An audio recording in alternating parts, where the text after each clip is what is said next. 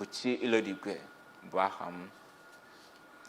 Ndị mmadụ karịrị 125 n'ọnụọgụ sitere otu ndọrọndọrọ ọchịchị dịgasị iche iche agafego n'otu ndọrọndọrọ ọchịchị All Progressives Grand Alliance APGA n'okpuru ọchịchị ime obodo Anọcha na Anambra steeti nke ha kwuputere na ọ bụ n'ihi ọrụ ọma dị iche iche nke aka na-achị steeti abụọ ka mmụta Chukwuma Soludo mere ha ji wee nwee mkpebi a n'ime ọnụọgụ a ndị dịgasị iche iche karịrị 125 n'ime ha bụ nnọọ ndị Hausa bụ ndị nke ekwuputere na ha pụtara ihe wee sonyesie ike na ya bụ ọgbakọ akpọrọ Anọcha Unite for Soludo nke onye isi oche nchere oge okpuru ọchịchị ime obodo ahụ Chief Gerald ọzọ chịkọbara iji wee nye aka mee ka ndị mmadụ matawanye maka ọchịchị ọkammụta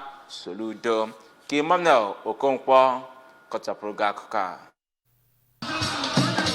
Ya bụ ihe mmemme nke achịkọba n'ogige ezumezu nke Anọcha Council Area si na mpaghara niile nke ya bụ okpuru ọchịchị wee dọkọta ndị mmadụ ya nakwazi na mpaghara Anambra niile ndị bịara ịkwanyere aka na-achị Anambra steeti bụ ọkammụta Chukwuma Soludo nakwazi onye ji ọkwa onye ọchịchị nchere oge nke Anọcha bụ Chief ọzọ ugwu pụrụ iche. N'okwu ya bụ onye ji ọkwa onye ọchịchị nchere oge nke Anọcha bụ Chief ọzọ kwupụtara na ezi ọrụ niile Gọvanọ Chukwuma Soludo na-alụlụ ndị Anambra gosipụtara na Gọvanọ Soludo bụ ihe gbasara ndị mmadụ nọ na steeti a n'obi oge ọbụla ya nakwazi na ọ bịara idozi Anambra na ime ka Anambra chawapụ ma kọwaa na ndị Anọcha elitego elele dị iche iche n'aka ọchịchị ọkammụta Chukwuma Soludo.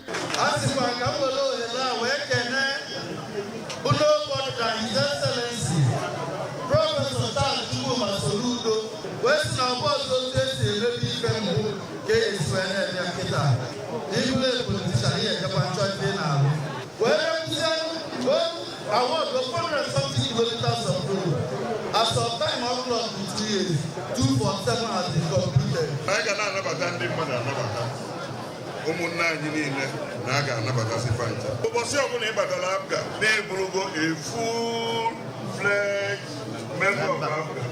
N'okwu dị iche iche ndị eji okwu agba izu n'okpuru kansụl Anọcha ndị gụnyere onye ji ọkwa kọmishọna na-ahụ maka ahụike na steeti a bụ dọkịnta Afamobidike, onye ji ọkwa chairman nke Anambra State Water Board bụ Maazị Ikeobi Ejiofọ, onye ojiego achụ ego bụ Chief Innocent Chikezie, onye ndu ndị ntorobịa nke otu asatọ bụ Comrade Chisom Nnadị kwuru na Gọvanọ Soludo alụgo ọrụ ọma dị iche iche nke na-agbara ya akaebe kamgbe ọ malitere ịchị Anambra steeti, ebe ha gosipụtakwara olileanya ha nwere na gọvanọ ga-enwe mmeri na ya bụ ihe mmemme nrọpụta ga-emerube na steeti a n'ọdịnihu nke ga-eme ka ọ chịa Anambra nke ugbo abụọ. Dịka o si wee kọwaa, bụ onye ji ọkwa chairman nke Anọcha Traditional Rulers Council bụkwazi eze ọdịnala nke Akwaeze bụ Igwe Christopher Ọkpala gwara Gọvanọ Chukwuma Soludo ka ọ gaa n'iru na ya bụ ọrụ ọma ọ na-alụ na Anambra steeti gbaa gburugburu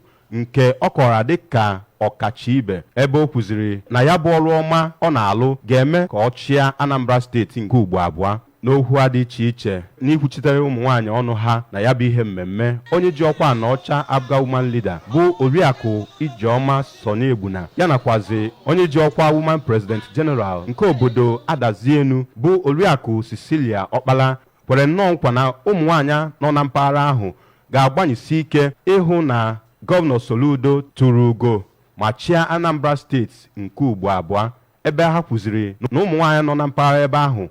hụ nnọọ Gọvanọ Soludo jim n'azụ. Site na Nneni nke dị n'okpuru kansụl Anọcha, abụ m Emmanuel Okonkwo.